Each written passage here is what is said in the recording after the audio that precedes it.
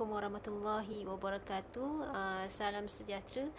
So baiklah, hari ini kita akan masuk ke bab seterusnya, iaitu pengenalan kepada FTTH. So FTTH ni bermaksud Fiber to the Home. So dalam bab ni kita akan faham kenapa teknologi fiber ni penting, apa bezanya dengan teknologi lama seperti copper, dan bagaimana ia digunakan dalam kehidupan kita. Di akhir bab ni ada 3 perkara utama yang kamu mesti capai. Yang pertama, kenal pasti dan terangkan jenis spesifikasi rangkaian penghantaran. So yang kedua adalah jalankan pengujian pada hujung rangkaian, sama ada satu titik ataupun dari hujung ke hujung. Dan yang ketiga adalah hasilkan laporan kerja pengujian dengan betul. So jadi isi pelajaran hari ini memang ada kaitan terus dengan kemahiran yang kamu akan guna dalam industri. Kandungan bab ni ada 6 perkara lah. Yang pertama adalah pengenalan. Yang kedua, perbandingan teknologi rangkaian. So yang ketiga adalah apakah FTTX. Dan seterusnya adalah sebab FTTX ni berkembang.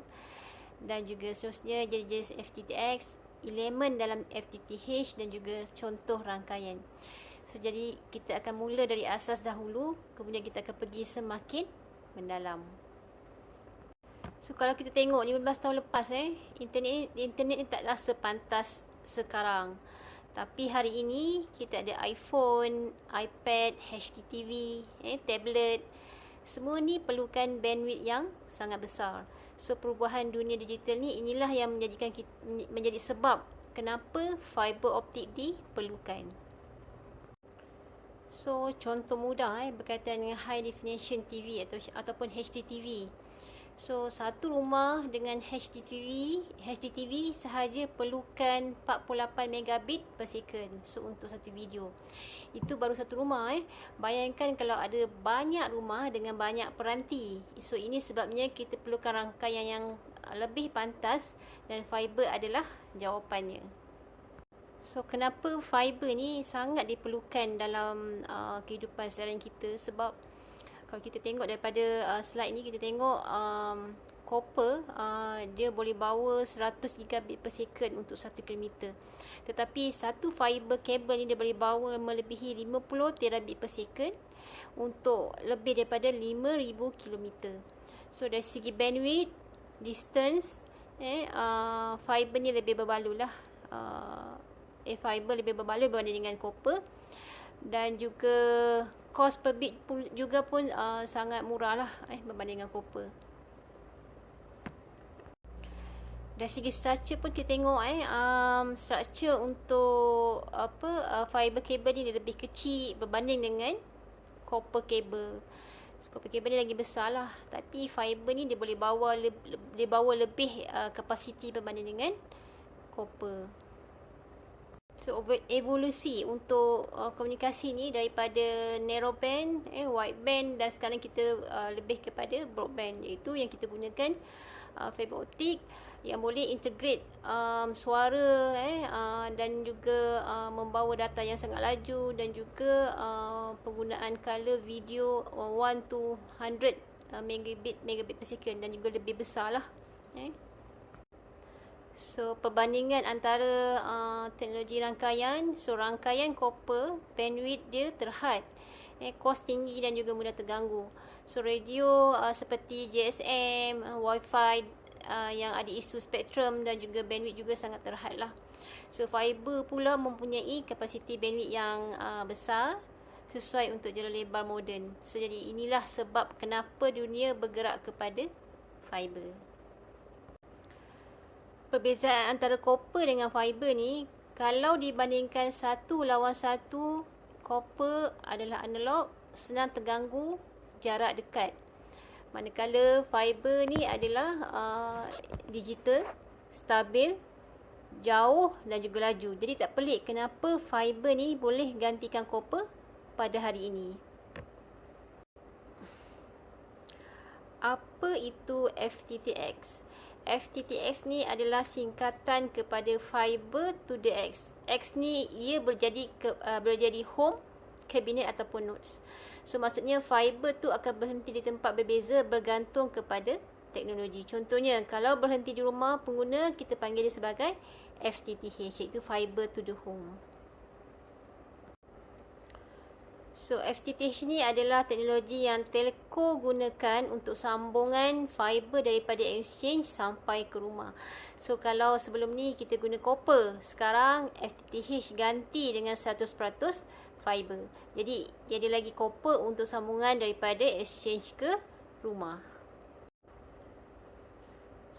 Fiber to the home ataupun FTTH bermaksud fiber ni akan sampai ke rumah dan ia boleh bagi perkhidmatan triple play, iaitu suara, data dan juga video. So, ia pantas, boleh dipercayai, selamat dan mantap. Negara seperti Korea dan Jepun ni sudah lama guna teknologi ni dengan sangat meluas. So, daripada gambar ni kita nampaklah macam mana FTTH ni menggantikan daripada network yang lama, iaitu penggunaan copper sepenuhnya. Lepas tu kita gantikan separuh dengan fiber dan sepenuhnya kita guna daripada exchange sampai ke rumah kita gunakan fiber. So, kita panggil dia sebagai fiber to the home ataupun FTTX lah. So, ini adalah terminologis untuk FTTX, di mana dia ada FTTN iaitu fiber to the nodes, FTTC fiber to the curb, FTTB fiber to the buildings dan juga FTTH fiber to the home.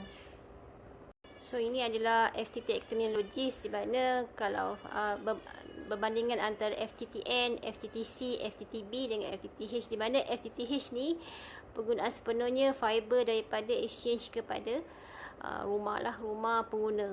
Berbanding dengan FTTN, FTTC, FTTB, dia hanya separuh jalan sahaja. So, mengapa FTTX ni sangat berkembang lah. Sekarang kita masuk kepada sebab kenapa FTTX ni berkembang pesat. So, di luar negara ni orang guna kabel TV dengan ratusan saluran. Jadi telco rasa sangat terancam lah. So, untuk bersaing, mereka bangunkan fiber. Selain tu, ramai orang tak guna lagi telefon rumah sebab semua guna telefon bimbit. So, jadi telco kehilangan pelanggan. So, untuk tarik pelanggan balik, telco tawarkan FTTH dengan internet yang lebih laju dan juga stabil. So, harga komponen fiber juga semakin murah. Undang-undang baru benarkan telco berkongsi infrastruktur dan teknologi makin canggih. So, jadi FTTH jadi lebih mampu milik. So, inilah faktor besar perkembangan FTTX. So, kemudian ada pula servis baru macam VoIP, muat turun lagu, IPTV, HDTV. So, semua ni perlukan jalur lebar yang besar. So, jadi sekali lagi fiber adalah jawapannya. So, sambungan yang tadi terdapat tadi saya dah bincangkan FTTX ni adalah FTTH iaitu fiber to the home, FTTN fiber to the nodes, FTTC fiber to the cabinet ataupun curb, FTTB fiber to the building. So, bezanya hanya di mana fiber tu berakhir. Kalau terus ke rumah, itu paling ideal sebab kelajuan penuh dapat sampai ke pengguna.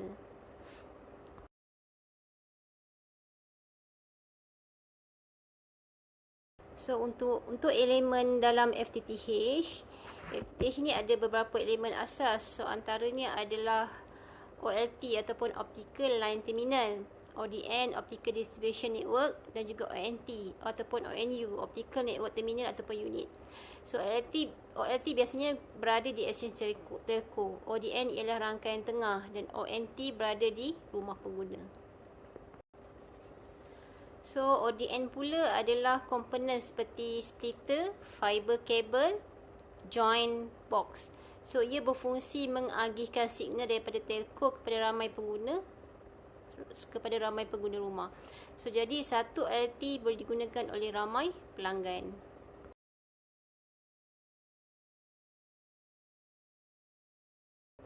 So, untuk contoh rangkaian FTTX ni daripada beberapa slide ni kita boleh tengok lah. Kita boleh nampak contoh rangkaian penuh. So, daripada exchange, signal masuk ke OLT, melalui ODN, pergi ke hospital dan akhirnya sampai ke ONT di rumah pengguna. So dengan cara ini, setiap rumah dapat akses internet yang berkelajuan tinggi.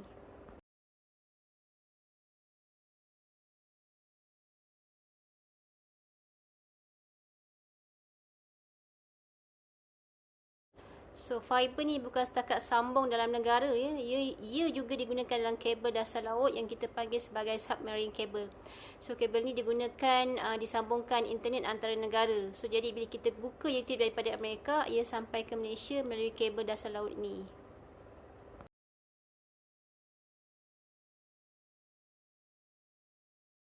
Okey, kita dah sampai ke penghujung slide. So ini saja bab ini. So jadi kesimpulannya, dunia berubah sebab teknologi digital.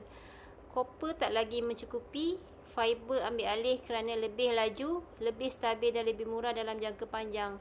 So FTTH ialah masa depan rangkaian internet. Sekian, terima kasih. Assalamualaikum warahmatullahi wabarakatuh dan salam sejahtera.